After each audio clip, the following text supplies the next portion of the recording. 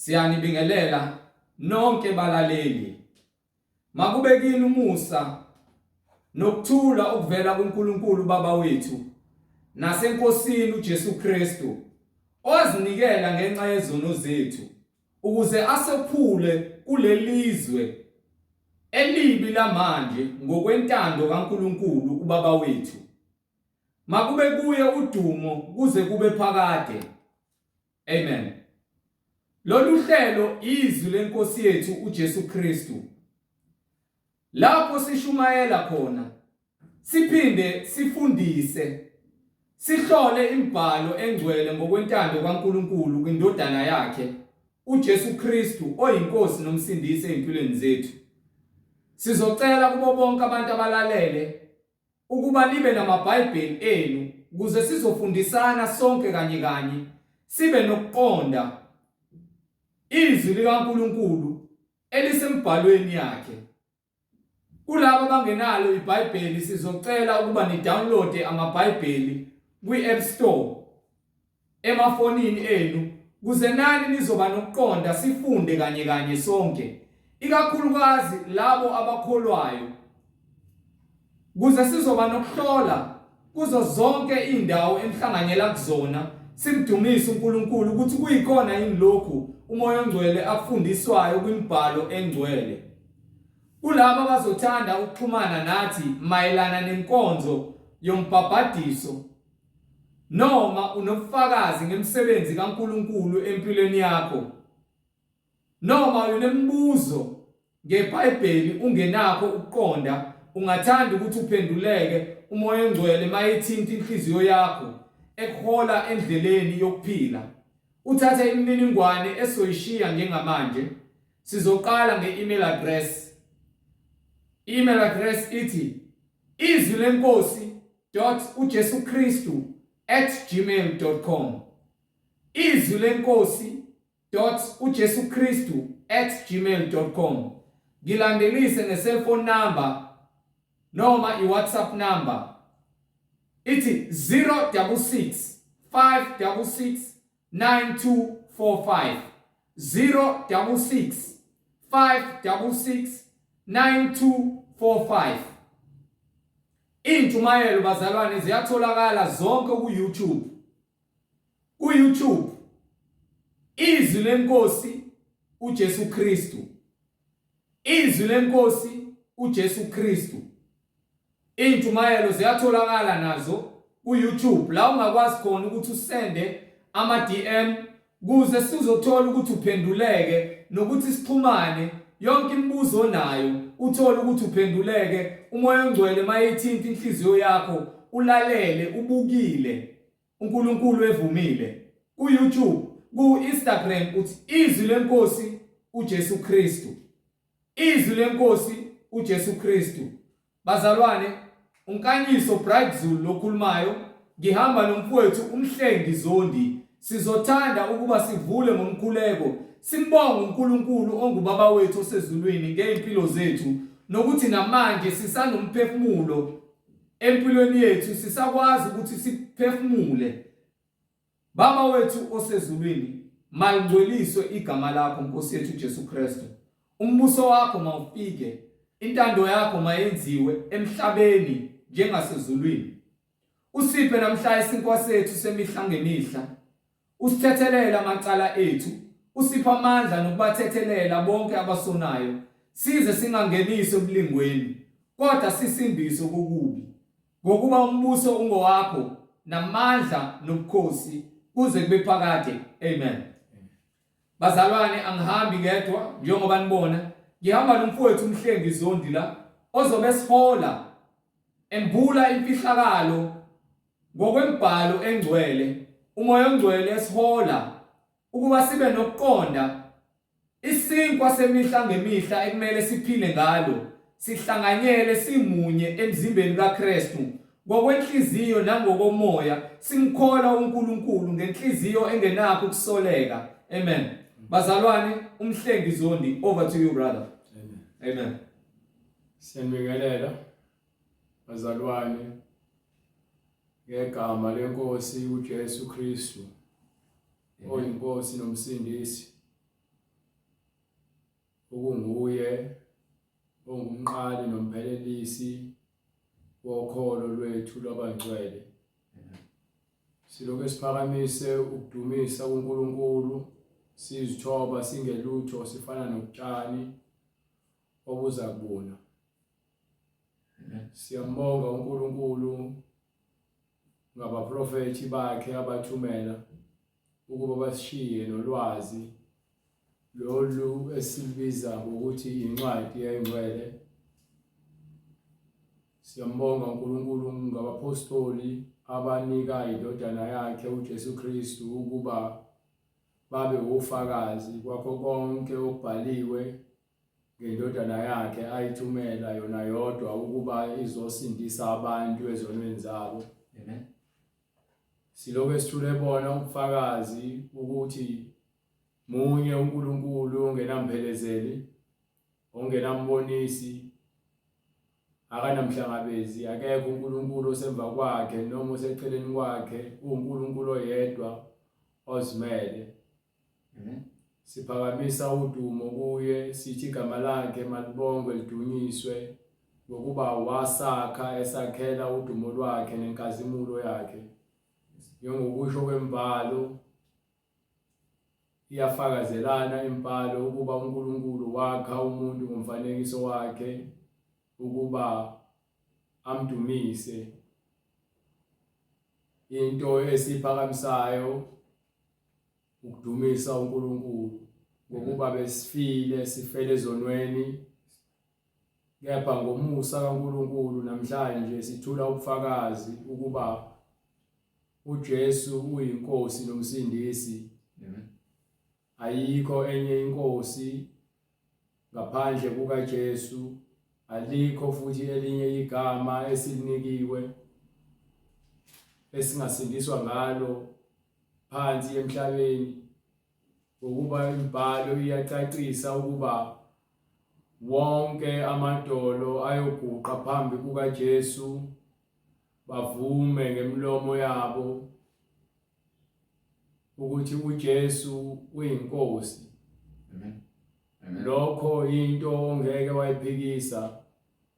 Uma wena unenye inkosi othi yasezulwini engesiyo uJesu, ulahlekile and futhi wena udinga usizo ukuba umoya oyingcwele kuphela ongakwambulela ubukhulu bukaJesu ukuze wena wamukele ivangeli ngokukhululeka.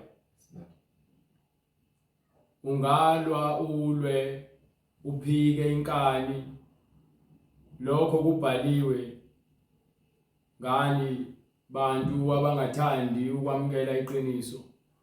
Ukuduka kwakho akuyona inkinga yami, kepha kuwumsebenzi wami ukuthi mina ngibe isibani sezwe njengokusho kwembhalo. Ngibe usawoti, nginonge lapho kufanele nginonge khona. Kuwumsebenzi wami ukuba ngiphimisele imbewu engcwele enhlabathini, lapho iyofika khona inhlabathi ivundile, imbewu eyizwi likaNkulunkulu iyakukhipha izithelo ezifanele. Bese kuthi lapho kukhona khona ukhula nameva kuyoshawa phansi ufakwe emlilweni ngokuba akunandawo enqolobaneni kaJesu. Siyazincengela kuJesu, siyazithoba, siyafuna ukuphila kuye ukuba sikunikwe. Ngaphandle kukaJesu asinakho ukuphila. Singazama ukuveza ukuhlakanipha kwenyama, kepha akunanzuzo ukuba konke okumhlaba kuzadlula. Umhlaba nezulu uzosha nakho konke okuphakathi, kepha izwi likaJesu lona liyakuphila ophakade. Amen. Amen. Uma wena ungakaze uphenduke esonweni sakho, noma ubungazi ukuthi unesono, noma uyazi ukuthi unesono, kepha uphikelele enkalini nongafuni ukuphenduka, wena uzibekela intukuthelo ezayo lapho khona uyobe ungeke usakwazi ukuthi wena uthole intethelelo, ngokuba intethelelo sibekelwe lemhlabeni kuphela. Uma sofile, uma ungazange uvume izono zakho uphile ngokungcwele, akusekho ukuphenduka ngale kwethuna. Isihogo kuphela esobe sikulindile uma ufele esonweni. Uma ufele uhamba ekulungeni wafela kuJesu, umele ukuphila okuphakade okunokuthula nentokozo, lapho kuyobe khona kungasekho usizi. Inyembezi zabo bonke abahluphekile behluphekela uKristu ziyakusulwa. Noma besenza inhlekisa, bekhuluma konke abakuthandayo, lokho akusinyakazisi, akusithusi futhi akusenzi sibe nobuhlungu. Obuhlungu kwasemhlabeni vele kukhona, kepha izinto ezikhulunywa ngabantu azenzi imehluko, ngokuba sesitsheliwe ukuba bazokhuluma, bazokwenza zonke izinto ezibhaliwe phansi and futhi bayazenza. Konke okwenzayo wena uzitshela ukuthi uyazenzela, ugcwalisa isiprofetho. Akukho umuntu oziphilela yena engasigcwalisa isiprofetho. Konke okwenzayo, konke kubhalwe phansi ukuthi uyakwenza and futhi uyakwenza. Ngabe uyafeba, uyaphuza, uqamba amanga, uyadakwa, uyantshontsha, unomona, uyazonda, uyahleba, unolaka, uyaphinga, uyabulala, konke kubhaliwe ngawe phansi, ukuze ke sazi ukuthi bonke abasebenzela uSathane siyobabona kanjani. Abaprofeti bamanga bonke abenza lezi zinto bangamadodana kaSathane ngokuba bayizigqila zesono. uJesu uyasho ukuthi isigqila sihlala endlini, kepha indodana ihlala uphakade. Ukusho lokho ngokuba umuntu owenza isono uyisigqila saso usebenzela inkosi yobumnyama noma ingilosi yobumnyama uSathane. Lowo owenza okuhle nowahlulela ngendlela efanele usebenzela uNkulunkulu. Umele ukuphila okuphakade ngokuba ufeza icebo likaNkulunkulu aliphathisa uJesu ukuze thina sithole ukusindiswa nokuphila okuphakade. Ungiphe incwadi kaHezekiya 33:14 kusukela ku14 ukuze nazi ukuthi uma uphila ngesono, uma ufela kusona isono sakho, uyojeziswa. Uma ulungile waphenduka wohlala esonweni wagcina ungabuyelanga ekulungeni, mhlawumbe uzitshela ukuthi uzobuyela later, kwenzeka kwafika isikhathi sakho sokuthi uhlwithe umphefumulo usake esonweni, maye kuwe. Maye kuwe. Ngiphe incwadi uHezekiya isahluko 33 verse 14. Incwadi kaHezekiya isahluko 33 verse 14. Lapho ngithi komubi, lapho ngithi komubi, uyakufa nokufa. Lapho ngithi komubi, uyakufa nokufa. Umuntu omubi uyakufa nokufa. Yena abesephenduka kodwa esonweni sakhe. Uma esetsheliwe ukuba ngobubi bakho uzakufa, ngoba uzofela esonweni.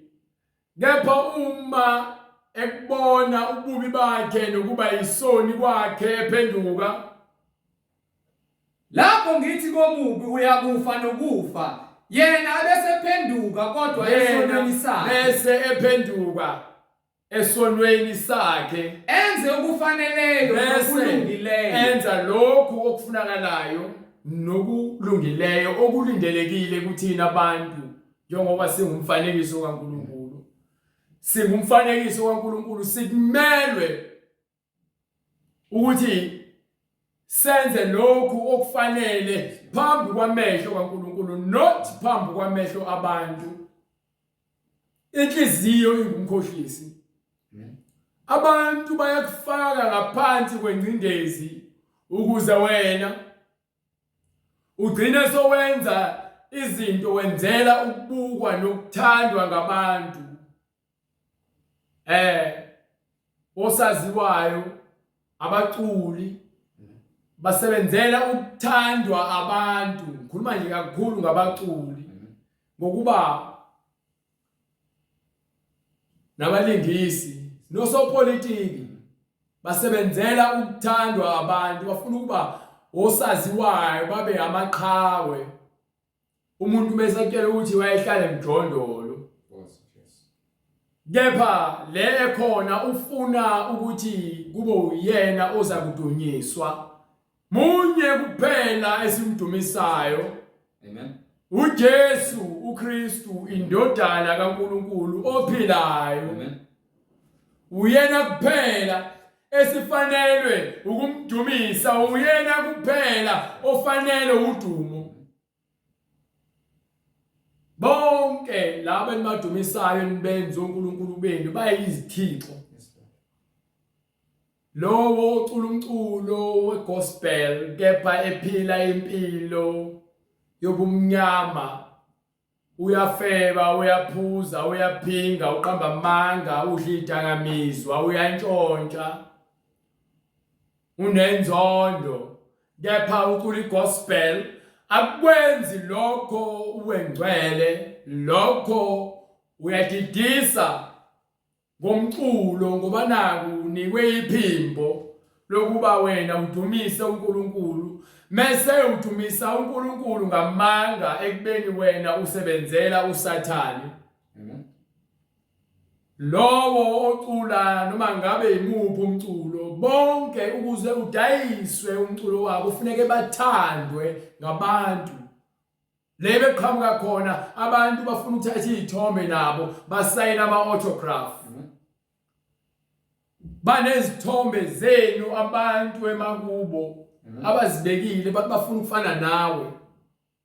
Unecala ngokuba wena uholela abantu ekudukiseni ukuba bafane nawe. Wena ubani ngokuba wena umfanekiso kaNkulunkulu? Akekho noyedwa ofanele ukuthathela udumo alenzwe olwakhe, udumo olukaJesu. Amen. Nina enezithombe zikaShembe makini nidumisa abanye. uJesu uyakhuluma ngalento le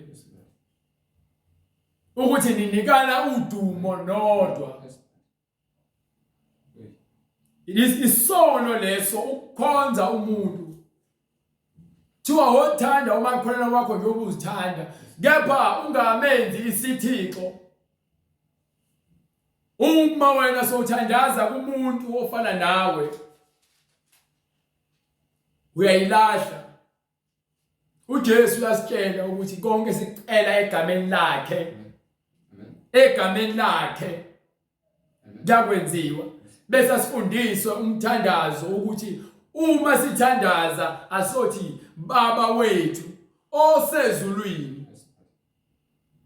Wena ubuka isithombe odongeni bese uthandaza kusona, ufaka ifoto umqaleni nerosari, buke lona uthandaze kulona, unesono ngalokho. Kepha ngokuba uyatshelwa ububi bakho nendlela yakhe engalungile, uma uphenduka ubuya uhamba ngendlela efanele nangendlela elungile, lapho ngithi komubi uyakufa nokufa. Kodwa omubi bese ephenduka ezonweni zakhe nasebubini bakhe, ahambe ngendlela elungile nefanele. Yena lo mubi abuyise isibambiso. Yena lo omubi abuyise isibambiso, Akhokhe ayekuthathile. Akhokhe ayekuthathile. Ahambe ngezimiso zokuphila. Akhokhe ayekuthathile. Uthathe ukulungiswa kaNkulunkulu. Kufanele ukukhokhe ngokuthi ubuyele ekulungeni. Bese uhambe khona, ungabheki eceleni, ungabheki ngemumva, ubheke phambili ukuba umncintiswano wokuthi sifuna umqhele wasezulwini. angenzi okubi angabe esabuyela ekutheni enze lokho okubi ahambe ngezimiso zokuphila ahambe ngezimiso zani ahambe ngezimiso zokuphila unikiwe izimiso zokuphila zokuthi ungaphili ehlazweni ungaphili emanyaleni ungaphili esonweni ungaphili ebumnyameni ufe uphila ufele esonweni angenzi okubi ahlukane nokwenza imisebenzi yemini uyakuphila nokuphila uyakuthola ukuphila uyakuphila nokuphila angafi indaba uma kuthiwa ngeke uzufe akukhulunywa ngokuthi wena inyama ngeke izife inyama izofa egcineni wakho konke kepha umphefumulo wakho njengokuba uJesu wavuswa ethuneni wakhazimula wayesekhushulwa wahlangabezwa yifu wayezulwini waphila okuphakade ngenxa yokuthi wahlala ezimisweni nasemthethweni nakwimiyalelo kaNkulunkulu wathola ukuphila okuphakade uyakuphila nokuphila ungafi uyakufa nokufa khona ukufa okufele esonweni uma wenza into ebufile uma ufa uyothola ukufa kwesibili ngokuba ukufa kokuqala kunqobile uma uthola ukuphila kwesibili ngokuba nokuphila kokuqala kwasemoyeni nenyama kukutholile ukukhanya kuKristu amen suthola uma ufa ufela ekhanyeni kufa inyama umphefumulo uyakhanya uyakhazimula haleluya glory to God akayikukhunjulelwa nesisodwa izono zakho zonke ziyakusulwa zakhe azenzileyo uma uphenduka kusona sonke isono senzayo nosenzile akayikukhunjulelwa nesisodwa sezono zakhe uma azenzileyo uyeka ukudaka utshwala akayikukhunjulelwa nesisodwa sezono zakhe azenzileyo uma ufeba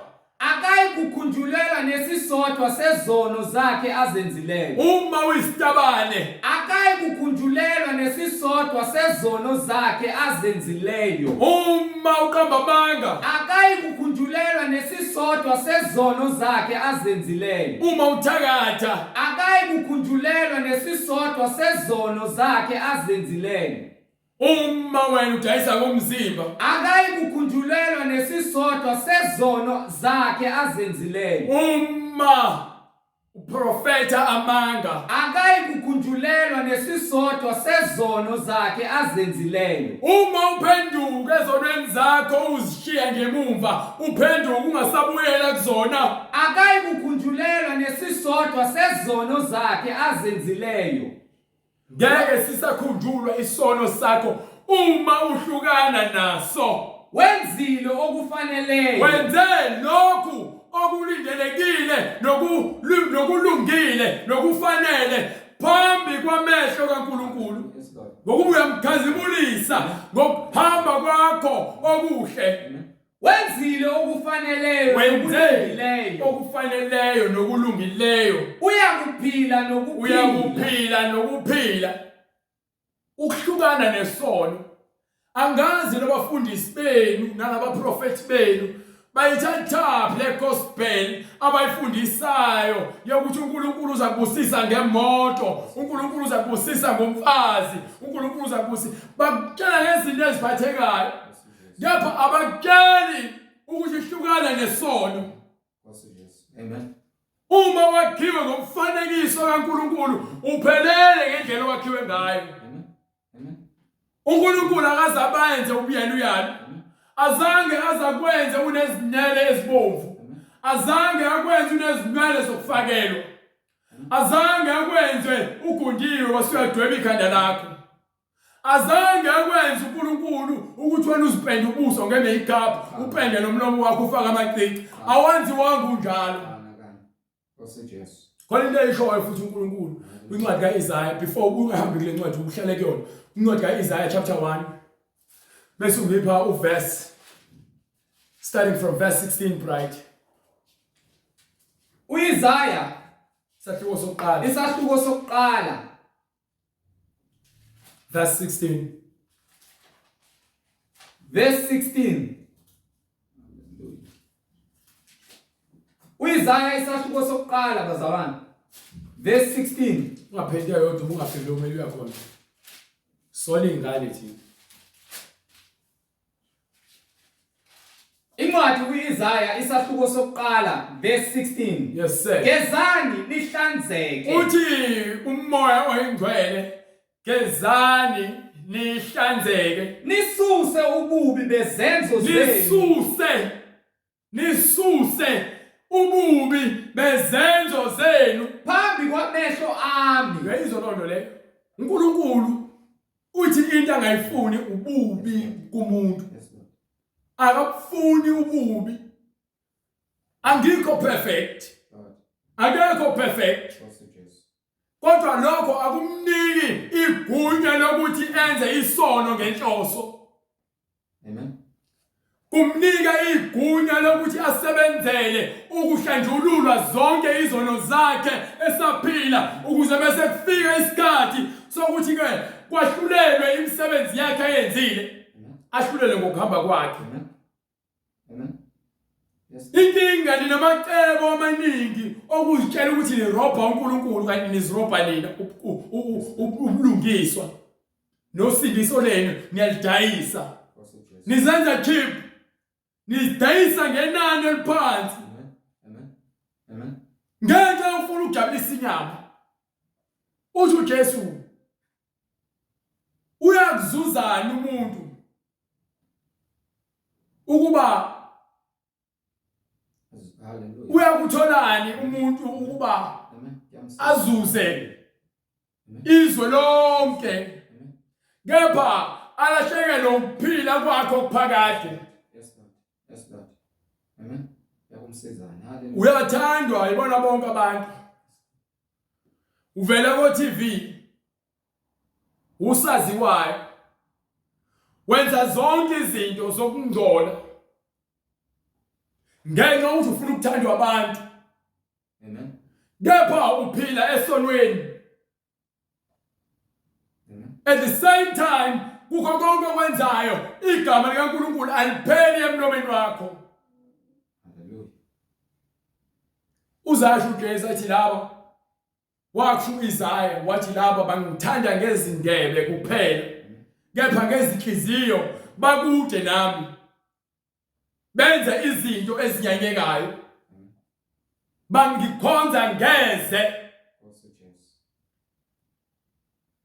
Ithini incwadi? Gezani indlela yokuqala ukuthi uphenduke ezonweni zakho.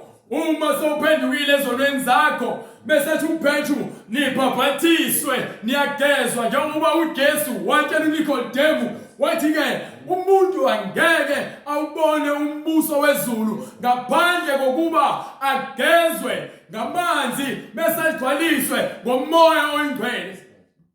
Wena ukuze ugezwe ngamanzi kufanele uqale ukuhlehla esonweni. Ukuze wena ugcwaliswe ngomoya oyingcwele kufanele uzinikele kuJesu Kristu. Yes Lord. What's the Yesu? Gezani Nihlanzeke. Nisuse ububi bezenzo zenu. Zonke izono zenu.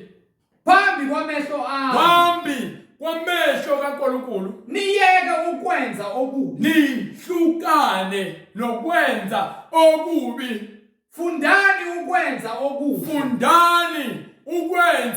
Fundani eyindaba.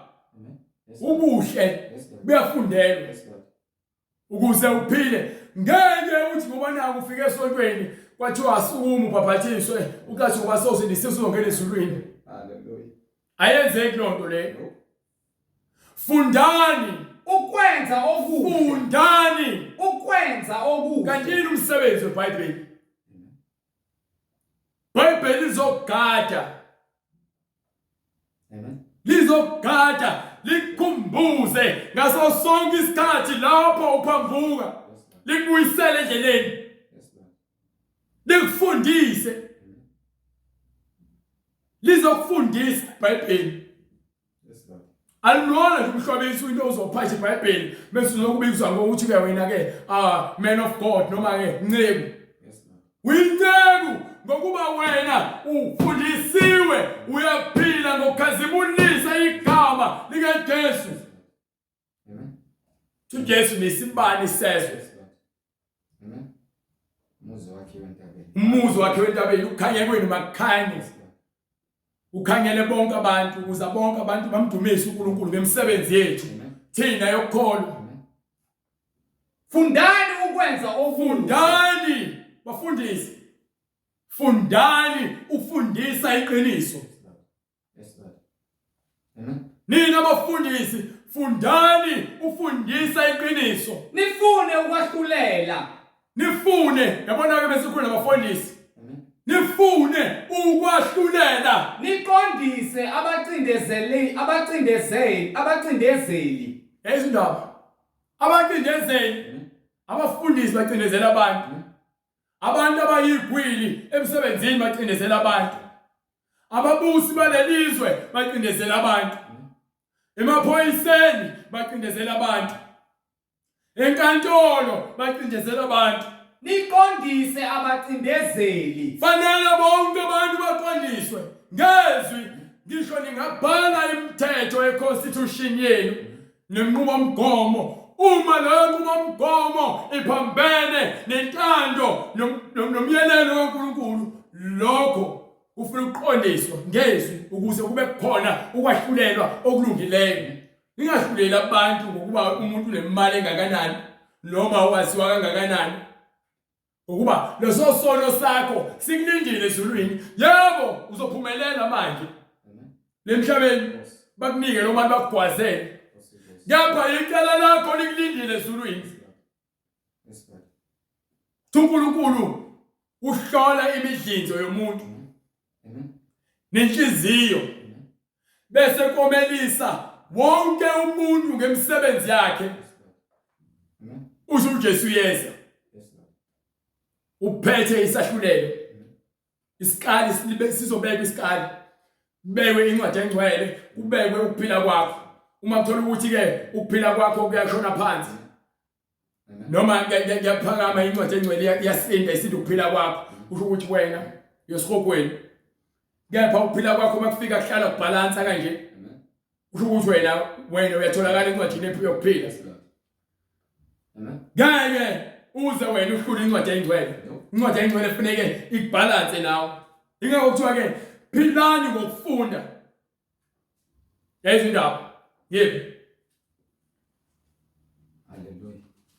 Nihlulele izintandane. Fanele nahlulele izintandane. Nimele abafelokazi. Wozani ke. Uthi umoya oyingcwele wozani ke. Sithethe indaba. Nayo indaba enkulu. uNkulunkulu uyakubiza. Biza noma ngabe kuthune sono esingakanani. Uthi uma uphenduka kuleso sono sakho uyakuthethelelwa bese zikhohlwa zonke izono zakho. Amen. Wozani ke. Uthi umoya oyingcwele wozani ke. Sithethe indaba usho uJehova. uNkulunkulu ufuna sithethe indaba. Noma izono zenu zibomvu kakhulu. Izwake indaba manje. Uthi umoya oyingcwele noma ngabe uthiwa izono zenu zibomvu kangakanani, ziyakuba mhlophe njengeqhwa. Uyakuzigeza zibe mhlophe njengeqhwa. Noma zibomvu njengobubende. Noma kuthiwa zibomvu njengobubende, ziyakuba njengoboya bemvu. Uyozihlambulula zibe mhlophe njengoboya bemvu. Uma nivuma. Uma nje kuphela ezindaba. Khona abantu abathengobana kuJesu wafela izono zabantu basindisiwe njengoba uJesu wafela lonke izwe unamanga. Uma nivuma. Kuphela uma uvuma izono zakho ziyakuthethelelwa. Nilalela. Uphila ngokuphila ngezwi, ulalela imfundiso ephilileyo yobungcwele. Niyakudla okuhle kwezwe. Ezindaba ngiyakudla okuhle kwezwe. Ukuphila okuphakade kubekelwe kanje. Lord Jesus. Uthi Isaiah Elijah othi Elijah kuyoze kube nini nimanqika-nqika Amen. kuyoze kube nini nimanqika-nqika Amen. kuyoze kube nini ninhlangothi zombili Amen. Amen. uma uNkulunkulu uNkulunkulu wakho mlandele Yes, Lord. uma usathane kuyena omkhonzayo uNkulunkulu wakho ohlala kuyena Yes, Lord. awukwazi ukukhonza amakhosi amabili No. ngokuba uza kukhonza enye Amen. esusonke enye Yes, Lord. Kepha uma nala nihlubuka, kepha uma nala liqhubeka nokuhlubuka niyakudliwa yinkemba, niyakudliwa inkemba ibekiwe ngokuba umlomo kaJehova ngokuba ukhulumile. lokhu kuqhamuka kuye umoya oyingcwele akukhulunywanga yimina khulunywa umoya oyingcwele uthi umoya oyingcwele usekhulumile. Yes, Lord. You understand? Kwencwadi kaNkulunkulu Hezekiya Amen. Incwadi uHezekiya isahluko 33 Yes, sir. verse 15 verse 16. Akayikukhunjulelwa nesisodwa sezono zakhe uma azenzileyo. ephenduka ezonweni zakhe akayekukhunjulelwa nasisodwa uma yawo incwadi ngale ithi wozani Yes, Lord. sixoxe nalo udaba Amen. noma ngabe kuthiwa izono zenu zibomvu kangakanani Amen. noma ngabe kuthiwa zifana nobubende Yes, Lord. ziyakugezwa Hallelujah. zifane neqhwa Amen. zifane noboya bemvu Yes, Lord. Thank you. phela uma uvuma. Hallelujah, glory to God. Amen. Do you understand? Amen. Ugqoka izevatho Yes, Lord. ufaka umqhele uye esontweni uma ubulungiswa bungekho ungayinayindeli imiyalelo kaNkulunkulu phakathi esihogweni Amen. uyakhona umele ukuphenduka ukuze uthethelele izono zakho Amen. ngeke uhlale ukholwe nezono zakho No. ngeke akavuma umoya engcwele uthi kufanele uphenduke Amen. Yes, Lord. hlanjululwa ugeze ube msulwa phambi kwakhe ngiphe Akayikukhunjulelwa nesisodwa sezono akayi zakhe kukhunjulelwa nasisodwa sezono zakhe azenzileyo. zonke izono zenzileyo Wenzile okufaneleyo nokulungileyo. abantu kwesinye isikhathi bayabuza ukuthi ngenze njani nginenkinga kanje abali izono zakhe Amen. usuyazi isono Yes, Lord. Amen. uthi uJesu ngizakutshela ukuthi anosaba bani Amen. Hallelujah. Hallelujah. uthi uJesu ngizakutshela ukuthi anosaba bani ungamsaba umuntu obulala inyama kuphela Amen. ngisho bangakubulala uma ufele kuKristu ufe kahle Yebo uma ufile ubalekela uKristu ubalekela abantu. Hallelujah, glory to God. Uthi mangitshele uthi angikutshele ukuthi anosaba bani. Mamsaba umuntu obulala inyama kuphela. Amen. Osaba lo othi bese bulele inyama aphinda athathe nalomphefumulo okwena awufake esihogweni. Uyena kuphela lo engimsabayo mina. Amen. Umuntu ofana nami hayi ukuthi ngiyamhlonipha ngiyabathanda futhi abantu kepha angeke angisabi ukutshela into ekuyiyona kufanele ngitshele into ekuyiyona yona ukuze ngikhululwe mina ukuba uJesu uthi lowo indodana yomuntu esimkhululile uyakukhululwa Yes, Lord. noma usekhululiwe Yes, Lord. ngokuba yini Amen. Akayikukhunjulelwa nesisodwa sezono zakhe izono zakhe azenzileyo. ziyasulwa usukhululiwe Wenzile okufaneleyo nokulungileyo. wenze lokhu okufaneleyo nokulungileyo Uyakuphila nokuphila. uyakuthola ukuphila okuphakathi Yes, Lord. thola ukuphila okuphakathi abantu bajala kancane igospel vele isashukela igospel yeqiniso sekudliwa ushukela ne-sweet age esontweni Amen. dliwa ugqweli Nyongo. Hallelujah. dliwa inyongo kuphela Hallelujah. Amen. niyagula Amen. niphethwe izona zonke izifo zezono namadimoni ayinibusa Ikhanda lonke le. Hallelujah. ngiphe lo ncwadi lapho kwincwadi yokuqala yakho Isaiah sahluko sokuqala Amen. verse 8 Hallelujah. ngiphe Incwadi uIsaya isahluko sokuqala verse 8. yes sir Indodakazi yaseSiyoni isele njengehlwiba indodakazi yaseSiyoni isele njengehlwiba esivinini nanjengendlandla awusheshe kancane uqala lapha verse 7 izwe lakini liyihlane izwe liyihlane ngokuba abantu sebehlubukile ekutheni banakekele umzimba kaNkulunkulu. Umzimba kaNkulunkulu uyithempeli laNkulunkulu. So uma wena sowushade nabanye uNkulunkulu bezizwe usuphindile noma uphile ekufebeni. Izwe lakini liyihlane imizi yenu ishisiwe ngomlilo umhlabathi wenu udliwe ngabafelokazi phambi kwenu kuyihlane njengokuchitha kwabafelokazi indodakazi yaseSiyoni isele njengenxiba ithempeli kaNkulunkulu lisele njengenxiba umoya wakho uthathiwe esivinini ezindaba nanjengendlandla ensimini yamaselwa funa kahle yamaselwa nanjengendlandla esensimini yamaselwa amen nanjengomuzi ovinjezelweyo uma uJehova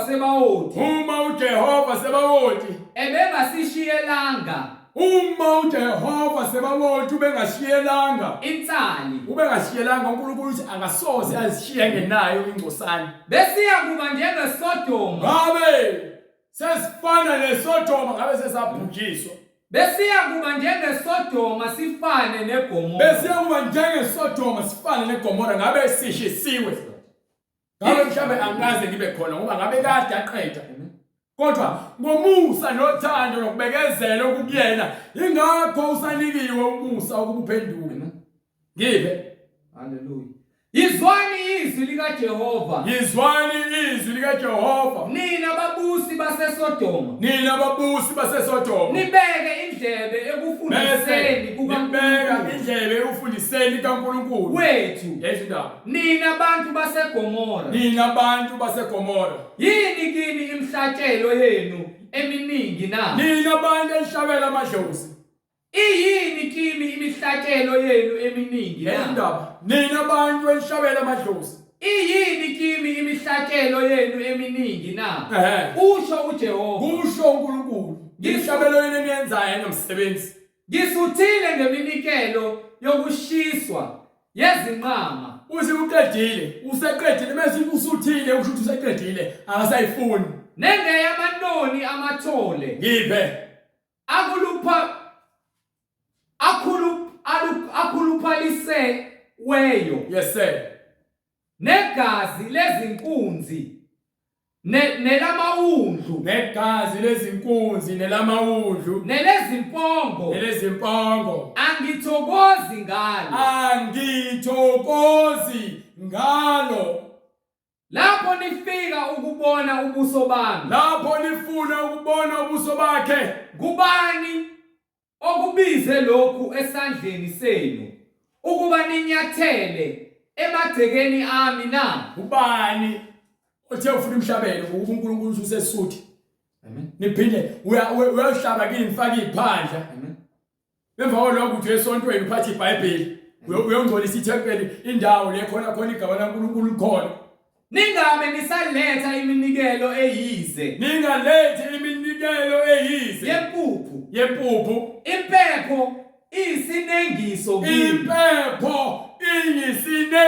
kimi ezokwethwasa kwenyanga namasabatha ezokwethwasa lento incwadi kaIsaya ozokwethwasa kwenyanga ezokwethwasa kusho ukuthi manje ngoba ke kuthiwa ke festive lozo ndaba zama festive kuthiwa ke kwagcinwa izikhathi ngokushintshwa kwama-season lekuthiwa kuzodliwa khona lozo zinto lezo uNkulunkulu azasakhathaleli zona akasena ndaba nazo ngokuba abantu bazenza ngokukhohlakala ezokwethwasa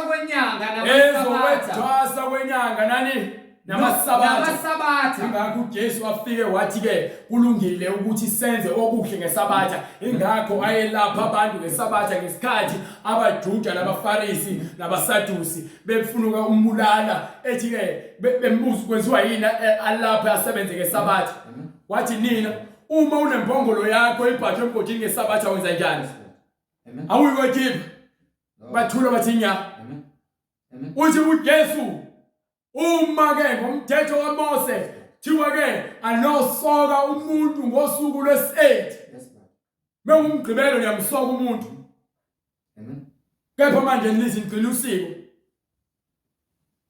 Ngokuba nonke into nenza ngokuphambana nifuna ukwenza ukuthandwa inhliziyo zenu ingakho singasagcina isabatha yizo indaba. Siyakutshela phela uma siyazi. Sikhululiwe emthethweni ngomusa ngokuba siphenduke ezonweni zethu siphile ngezwi lobungcwele. Ngiphe bright Ezokwethwasa kwenyanga namasabatha. yonke lento yama-festive no Thanksgiving labeni benzayo no Christmas Nokubiza imihlangano. nokubiza imihlangano. Angivumi ububi kanye nemikhosi. Angivumi. Angivumi ububi Angivumi kanye nemikhosi. kanye nemikhosi. Ezokwethwasa zenu. Lezi zinto sizenzayo zokwethwasa njalo nisingcila iphasika. Iphasika asaligcini. Ezokwethwasa. Asaligcini iphasika. Uma unenkinga woza neBhayibheli sikukhombise. Ezokwethwasa zenu kwenyanga nemikhosi yenu Nemikhosi yenu emisiweyo. Nemikhosi yenu emisiweyo. Hamba impela bright. Kuyazondwa umphefumulo wami. Umphefumulo kaNkulunkulu. Umthwalo phezu kwami. Umthwalo phezu kwami. Ngikhathele ngokuthwalwa. Ngikhathele ukuthwala. Ngikuverse 5 kodwa ongcwadi leyo bengufuna impela ngawugenda. Lapho nelula izandla zenu. Lapho nelula ngithe uverse 5 bright. Ngifuna uverse 5. Ningabe nisashwaya kuphi? Ningabe nisashaya kuphi? Yabona manje uNkulunkulu usenishaya ngazo zonke izifo nezinhlupheko ezikhona eBhayibhelini nezinye zazo azithembisa kwincwadi kaDuteronomy wathi ziyonifika uma nephuma ekukholweni nasebungcweleni bakhe lingasahambi ngendlela yobungcwele. Uthi konke lokhu akwenza kube zikho labantu bezizwe ababephila ezonweni behlaba ingane zabo bezihlabela amadimoni bekhonza uNkulunkulu bezithombe bekhonza uNkulunkulu bezikuni belala nababodwa abafana bephinga befema bedaka utshwala. Wathi zonke lezo zinto ezabehlela ziyobuya ngani nabangcwele abangafuni ukulalela. So isiqalekiso sibekiwe kulabo abaphila ngaphansi kokuphila esonweni. Hawu sizwe esonayo. Hawu sizwe esonayo. Bantu abasindwe ngububi. Bantu elisindwe izono. Nzalo yababa. Ninzalo yabantu imbo inzalo yabantu ababa ushuthi okhokho bakho njengoba usashobela amadlozi babe inzalo yabantu ababo wayibona ngoba bathatha lo siko lokungcola lokuhlabela amadlozi ukukhisa impepho kanye nokuthanda iwasho nokwenza yonke imikhuba okuhlaba abantu bebahlabela amadimoni bethi bayathwala bethwala ngabantu bebabe inyanga babe izangoma. Imoya leyo enayinikwa obaba benu ngokuba yinzalo yababi. Ezindaba Bantwana abonakeleyo. Bamshiyile uJehova. Bashiye bani? Bamshiyile uJehova. Bagijimela izinto abangazazi. Bamdelele ongcwele kaIsrayeli. Badelela umoya oyingcwele. Babuyele emumva. Base behlehla bebuyele emumva. Ningabe nisashaya kuphi? Nisaqhubeka. Indaba isiphelile. Izindaba ingakho ngaphenduka. Indaba waphelula yini? Uyaphela yini? Njengo lena uDube phansi ehlabathini. Ucishe uphele. Phele nolayini. Ubone ukuthi ayikho into ephelelayo uyamdinga uJesu. Ingakho simla simemeza. Hallelujah. Asimemezele ukulahla ngokuba uJesu akazelanga ukuzolahla isizwe. Wazela ukuzosindisa. Hallelujah. Nkululeko. Hallelujah. Uthi angizelanga ukuzolahla isizwe. Kepha ukuzosindisa. Uma umuntu ezwa amazwi ami engawalodi lowo angimahluleli. Kepha izwi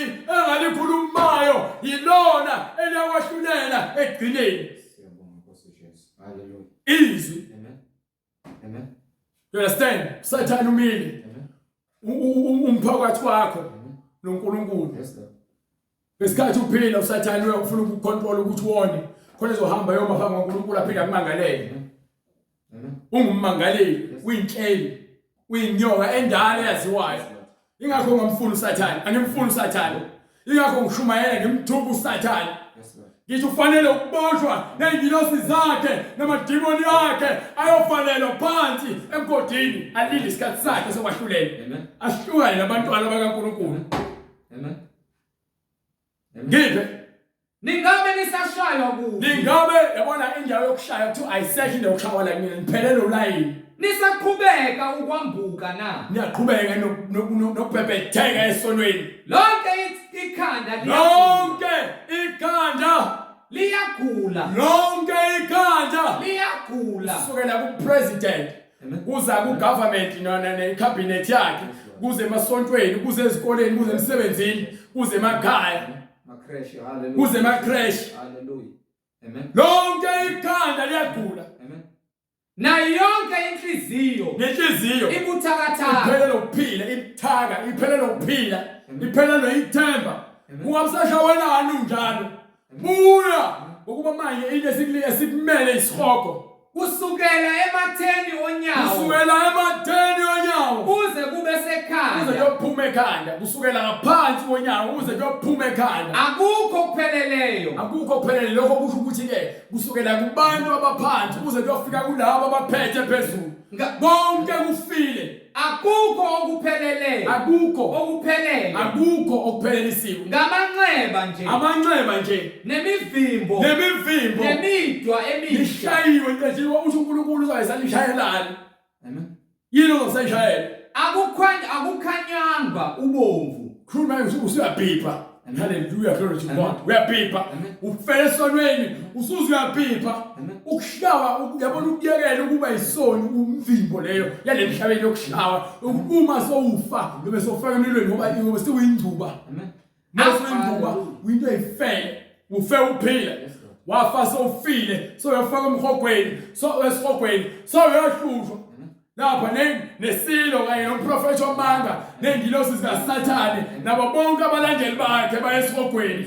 Hallelujah. Do you understand? Akukhanywanga ubomvu. Akukhanywanga ubomvu. Akuboshwanga. Akuboshwanga. Akuthanjiswanga ngamafutha. Ezindaba nidinga nina amafutha ntingizwi. Nigcotshwe ngamafutha. Nivulwa amehlo. Ngoba nihambe kumnyameni ngiyadwanguza.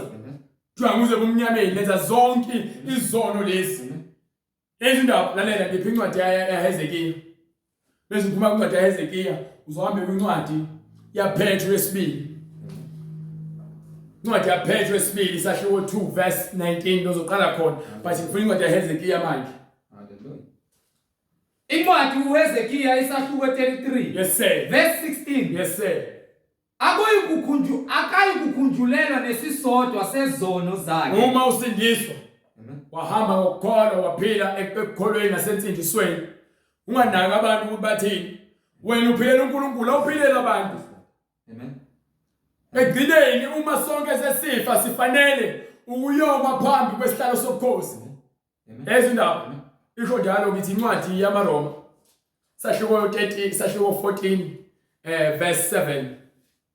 Incwadi kwabaseRoma isahluko 14 verse 7. Yes sir. Ngokuba akakho phakathi kwenu. Akekho phakathi kwenu. Oziphilela yena. Akekho izindaba ngithini. Yayizindaba akekho phakathi kwethu oziphilela yena. Akakho nozifela yena. Akekho nozifelayo yena. Ngokuba uma siphila. Ngokuba uma siphila. Siphilela inkosi. Siphilela bani? Siphilela inkosi. Siphilela inkosi. Uma sifa. Uma sifa. Sifela inkosi. Sifela inkosi. Ngakho ke. Noma siphila. Noma siphila. Noma sifa. Singabe inkosi. Ungiphelele verse 6. Hallelujah. Ngiphelele verse 6. Ohlonipha usuku. Uluhloniphela inkosi. Uhloniphela inkosi. Nodlayo udlela inkosi. Ngokuba ubonga uNkulunkulu. Ngokuba ubonga bani? Ubonga uNkulunkulu. Awubonga abantu ukuthi udluphuthu lodwa awenzele umuntu. nongadliyo ukuthi awunakho ukudla noma mhlamba ukudla okuthize awenzele umuntu akadli ngenxa yenkosi yayizindaba yonke into ikhomba inkosi ubonga uNkulunkulu ubonga umoya oyingcwele ngokuba akakho phakathi kwethu oziphilela yena akakho futhi ozifela yena ngokuba uma siphila siphilela inkosi uma sifa sifela inkosi ngakho-ke noma sifa singabe inkosi khubeka bright ngokuba ngenxa yalokho uKristu wafa wabuye waphila ukuba abe yinkosi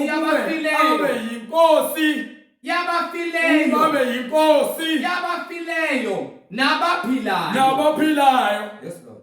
Qhubeka. Kepha wena umahlulelelani umzalwane wakho ukuthi yini ayidla engayidli. Sikhuluma ngokudla. Futhi umdelelelani umzalwane wakho na. Umdelelelani umzalwane wakho na. Bazothi ke uma ngikhuluma nabantu bakaShembe abazalwane bamakubona. Mebe ngikhuluma nabantu basemaromeni bathi abazalwane bamakubona. Mebe ethi ngikhuluma abazalwane amaBaptist akubona. Uma uhlabela amadlozi noma ukholwa uNkulunkulu abathathu noma ukholwa kuShembe awuyena. uJesu uthi ke ubhuti wami nosisi wami noma wami yilabo abenza intando kaBaba wethu osezulwini. Phela uma wenza lento ebhale phansi eBhayibhelini umfowethu usisi umama umuntu omdala. Kepha uma wenza okunye okuphambene wena ngumhedeni wena angikwazi. Kepha wena umahlulelelani umzalwane wakho na. Futhi umdelelelani umzalwane wakho na. So umzalwane uma enokudla engakudli angikwazi ukumtshela ukuthi ngalokho wrong. Uma ungakuthandi awukuthandi. Uma uzokudla ngikudla uzongijaja ukuthi ngidlani noma ungahlulela ukuthi ngidlani wrong. Ngokuba sonke siyakumiswa phambi kwesihlalo sokwahlulela sikaNkulunkulu. Sonke siyakumiswa phambi kwesihlalo sokwahlulela sikaNkulunkulu. Sonke siyakumiswa phambi kwesihlalo sekwahlulelwa sikaNkulunkulu. Ezindaba akusho ukuthi sikaShembe. Amen. Akusho ukuthi seTrinity. Ngokuba kulotshiwe ukuthi kuphila kwami isho inkosi. Kusho uNkulunkulu kwencwadi eZekiya. Sonke bengifuna ngene lo verse. Sonke siyakuma phambi kwesihlalo sobukhosi. Do you understand? Hezekiah. Incwadi uHezekiya isahluko 33 verse 17. Yes sir. Kodwa abantwana babantu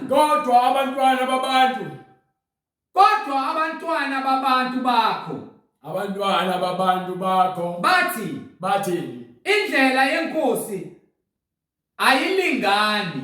Abantu emehlweni abo usathane bese kubuza ufuna ukukutshela ukuthi le ndlela oyihambayo obungcwele ayikho right. Usebenzisa abaprofeti bamanga, usebenzisa abantu bakini abakholele emadlozini, usebenzisa izangoma, usebenzisa abangani bakho, usebenzisa izingane zakho engafuni ukuthi uhambe ngokukholwa nokubungcwele. Ngokuba yini uzokutshela ukuthi inzima ayilungile njengoba yisho incwadi. Akusho abantu uNkulunkulu uthi indlela zakhe zilungile zokwahlulela. Ziyalingana. Ngeke kodwa abantwana bakho bathini indlela yenkosi ayilingani. Kepha ngeyabo indlela engalingani. Kepha incwadi ithi kepha eyabo. Because umuntu ufuna ukuthi ke enze lokho kujabulisa inhliziyo yakhe.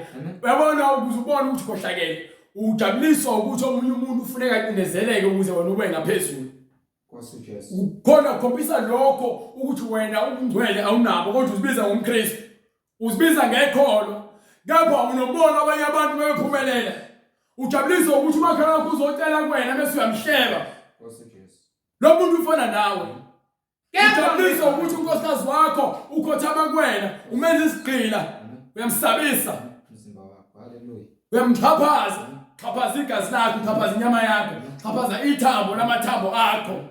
Kepha ngeyabo indlela engalingani. Indlela zenu ezingalungile. Ingakho sishumene ngeBhayibheli ngoba iBhayibheli iveza konke ukungalungi kwethu thina abantu. Inyama ingcolile, inhliziyo ingumkhohlisi futhi ingumthakathi. Ubani ongayazi? Mina Jehova. Ihlola imidlinzo nenhliziyo yomuntu bese ngimkomelisa ngemisebenzi yakhe. Ingakho sonke siyoma phambi kwesihlalo sobukhosi. Amen. Amen. Amen. Lapho olungileyo ebuya ekulungeni. Lapho olungileyo ebuya ekulungeni kwakhe Enze okubi. Bese ulungile. Uphinde ubuyele kobubi. Uyakufa ngakho. Uyakufa ngakho. Yeyindaba. Uthe sewuphendukile esonweni wasishiya isono. Wakuyeka ukufela. Wakuyeka uqamba amanga. Wakuyeka ukubulala. Wakuyeka ukuzonda. Wakuyeka ukuntshontsha. Wayeka ukumahoza udayisa umzimba. Wayeka isidako. Wayeka ukubulala. Wayeka ukuthakatha.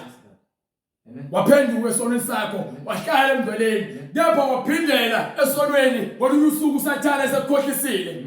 Ngulube, haleluya. Ngiphe lapho olungileyo ebuya ekulungeni kwakhe. Elungileyo ebuya ekulungeni kwakhe. Enze okubi. Abuyele esonweni. Uyakufa ngakho. Hambe banika-ke lo ncwadi loyishoyo kwincwadi yesibili kaPetru. Sahluko 2. Incwadi yesibili kaPetru sahluko 2 verse 19. Haleluya. Ngiphe babethembisa inkululeko. Nabafundisi benu nabaprofeti benu bamanga banithembisa inkululeko. Kanti bona uqobo lwabo. Bayizigqila zokubhubha. Bayizigqila zani? Bayizigqila zokubhubha. Bayizigqila zokubhubha. Ngokuba lokho umuntu ahlulwa yikho. Lalela ngisho ungangithuka mina ungibize ngamagama umnyokolotshe. Anginankinga mina. uJesu uthi ubusiwe babusisiwe labo bayothuka bazingele ngegama lami ngokuba vele nabaprofeti benziwa njalo. So akukho kusha ukuthi mina niyinyanga nizangoma niyathakatha nabaprofeti bamanga ninika abantu iwasho ninika abantu amakhandlela nenhlisa impepho nibashamisela amadimoni bathembisa inkululeko. Nithembisa inkululeko kanti bona uqobo lwabo bayizigqila zokubhubha. Uqobo lwabo bona labo abanithembisayo amanga bayizigqila zokubhubha. Ngokuba lokho umuntu ahlulwa yikho. Ngokuba wonke umuntu ahlulwa isono uyisigqila sakho. Ngokuba wonke umuntu ahlulwa isono uyisigqila sakho. Wisigqila sesono. Uphile kufebeni uhleli nonkosikazi womuntu uyisigqila. Ngisho ngane bhebhelele lenhlebo ubeka inhlebo ugcinisa abantu. Unabafazi ababili uyisigqila sesono. Uhlabela amadlozi uyisigqila sesono. Wenza amaladi uyisigqila sesono. Uhlaba njalo ephasika uyisigqila sesono. Ngokuba uma bebuye behilelwe. Lalela uma ubuya uhilelwa bahlulwe yikho. Sebebalekele. Lapho khona sikutshela ukuthi uthe sewuphumile esoneni wabuye wahilelwa isono. Bahlulwe yikho. Basehlula isono. Sebebalekele ukungcola sahlanganyela naye. Sisanda kuvula igroup yaka WhatsApp ngane sesikhathi siqala wathi abantu bahlulwa isono. IBhayibheli lithi ngabantu abahlulwa isono. Ngokuba uma bebuye bahilelwe. Uma ubuye uhilelwe. Bahlulwe yilokho. Sebabalekele ukungcola kwezwe. Usukubalekile wena uwesono waphinde futhi wakuhlula ukuhlala emngcweleni. Ngokuyazi inkosi. Lapho sowuyazi inkosi. Nomsindisi. Somazi umsindisi. uJesu Kristu. uJesu sowuyazi inkosi. Nomsindisi. Sowuyazi inkosi nomsindisi. uJesu Kristu. uJesu uyinkosi nomsindisi. Uyinkosi.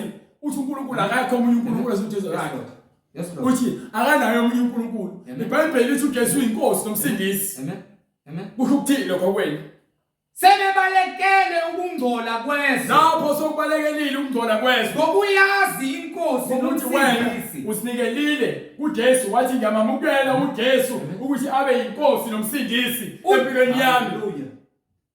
Inkosi nomsindisi uJesu Kristu khona ukugcina kwabo. Khona ke ukugcina kwabo kubi kunokuqala. Bekungcono ungabazi ukungcwele uphile esonweni.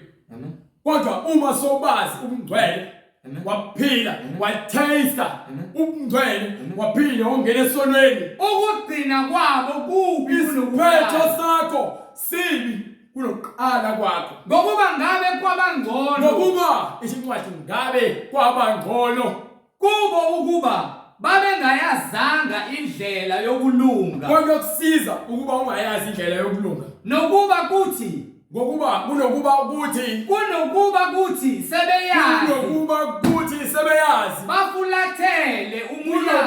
sebeyazi bafulathele umyalo ongcwele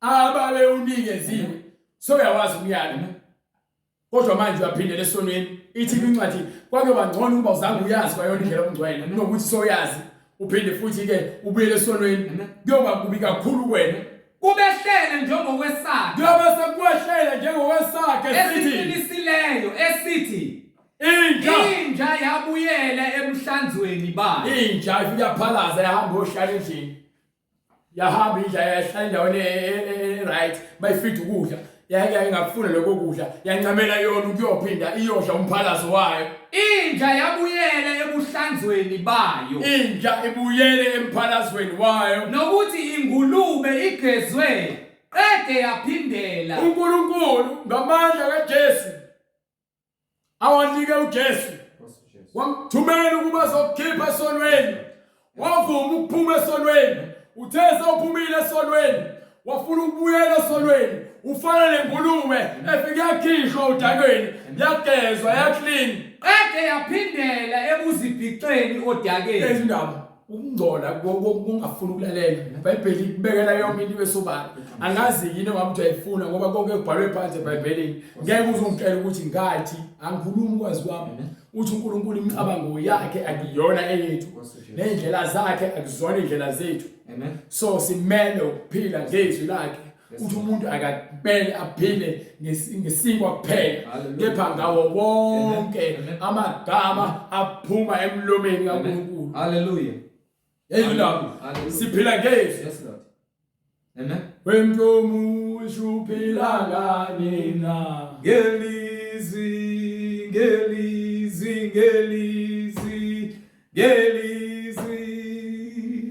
ezindaba phila ukuphila ngezwi abo mama baphila ngani na ngelizwi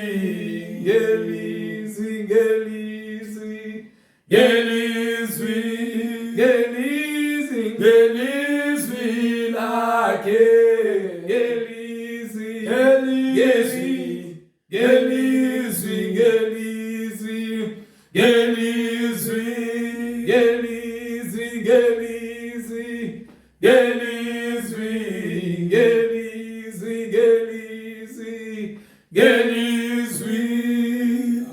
lalela ngiphinga wathesenza sibatshela ukuthi yini ekumele bayenze haleluya abazalwane nalabo abangakholwayo abangabahejeni amen yini ekumele bayenze balekile ekuyiyona ezobasindisa athole ukuphila okuphakade haleluya sebekuzwa bahlabeka enhlizweni uma uhlabeka ngalendlela ukuthi wena uvukelwa inzondo kakhulu kusho ukuthi uSathane uyakhola uma uhlabeka ngalendlela ukuthi uyazibona ukungcola kwakho umoya engcwele uyangqongqoza uyamvulela uyamamukela uthi ke uphethe sebekuzwa lokho bahlabeka enhlizweni wonke umuntu ozivangeli uyahlabeka enhlizweni why kumele ahlabeke ngokuba incwadi yamaHebheru usahluko 4 verse 12 ngiphe yona why kumele abantu bahlabeke sifuna ukuzwa izwi lenkosi linjani sifuna nje ukuzwa izwi lenkosi incwadi kumaHebheru sahluko 4 isahluko sesine verse 12 yebo ngokuba izwi likaNkulunkulu ithi incwadi ngokuba njengoba lihlabeka izwi likaNkulunkulu uma lingakulungisi liyahlaba likwenze uqhubeke uthi njengoba uJesu unokhiye wasesihogweni lapho evule khona akekho ongavala lapho evala khona akekho ongavula uma wena izwi lakhe ungalamukeli njengoba ethi ke uma umuntu ezwa lamazwi engawalondi angimahluleli mina kepha yizwi engalikhulumayo ilona eliyakwahlulela egcineni ngokuba izwi uma lingayitholi indawo kuwena liyakuyekela uthini moya ngcwele ubhebhethekisa uyakuyekela ubhebhetheke esonweni. So ithi incwadi njengoba sebelizwa izwi bahlabeka enhlizweni yini bahlabeka ngokuba izwi likaNkulunkulu ngokuba izwi likaNkulunkulu liphilile linamandla libukhali kunezinkemba zonke libukhali kunezinkemba linamandla liphilile libukhali kunezinkemba zonke ezisika nhlangothi zombili izinkemba zonke ezisika nhlangothi zombili lihlaba kuze kwahlukaniswe lithi uma lihlaba izwe ilethana ukuthi izwi laNkulunkulu mahlabeke enhlizweni lithi lihlaba kuze kwahlukanise umphefumulo nomoya kwahlukanise umphefumulo nomoya namalunga nomkantla lahlulela imicabango indlela ukuthi uhlabeke enhlizweni yakhe ngokuba izwi lithi liyahlulela lahlulela imizindlo nemidlinzo yakho egcwele inhliziyo wonke amacebo akho amabi izwi lifike lwahlulela ngoba lifike likuveze ubunqunu bakho futhi akukho nto edaliweyo engabonakali akukho nokodwa okudaliweyo ongabonakali phambi kukaMoya oyingcwele kepha konke kwambuliwe kusobala emehlweni akhe nezindaba kusobala phambi kwakhe ngangabona mina uma uzosaba mina uzohlonipha mina uwehlela isikhathi sakho saba izwi saba uMoya oyingcwele ukuze wena konke kuhambe kahle kuwena kepha konke kwambuliwe kusobala emehlweni akhe esiyakuzilanda kuye lapho siyozilanda khona kuyena lendaba sebelizwa izwi incwadi izenzi isahluko sesibili verse 37 sebekuzwa bahlabeka enhlizweni bathi kuPetru nakwabanye abapostoli madoda bazalwane siyakwenza njani na uPetru wayesethi phendukani nayi into kumele uyenze shiya isono sakho phendukani yilowo nalowo abhaphathiswe egameni likaJesu Kristu kuphela igama lokubhaphathiswa lizokusindisa kukho uthethelelwe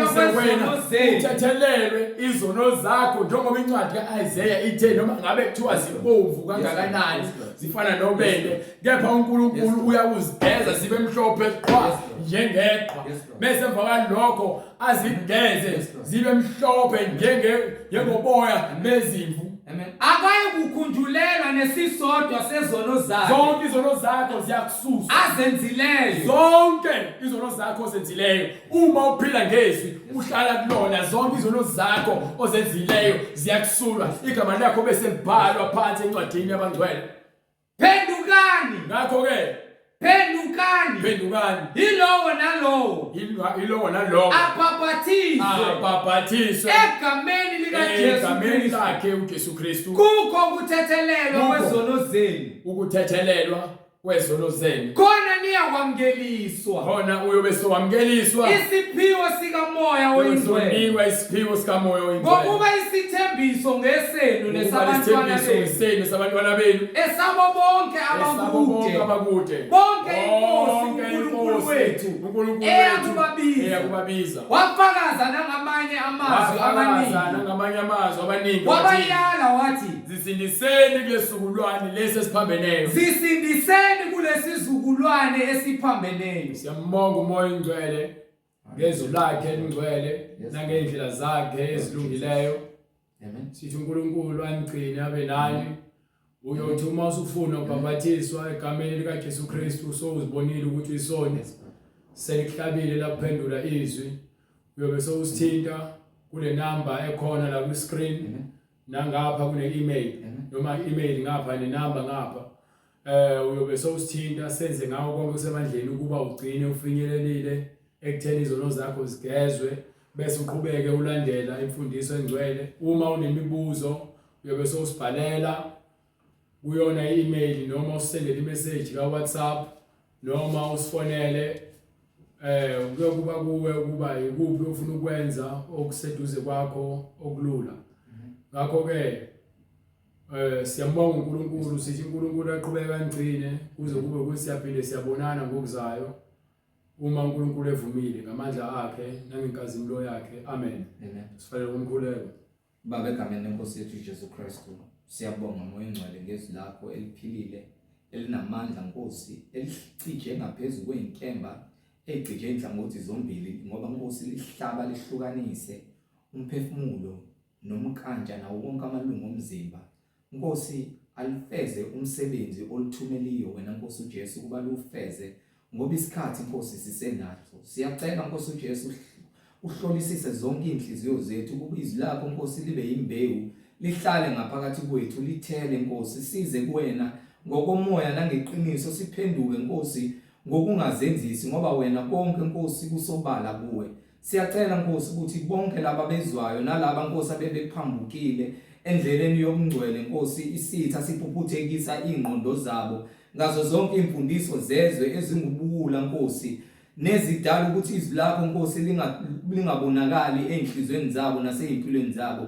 Siyacela Nkosi ukuthi uphinde uzembule izwi lakho lingene ngaphakathi enhlizweni zethu kuze impilo zethu zibe zisibani sibe ngumuzi ophezulu kwentaba okhanyisela bonke Nkosi abawubonayo.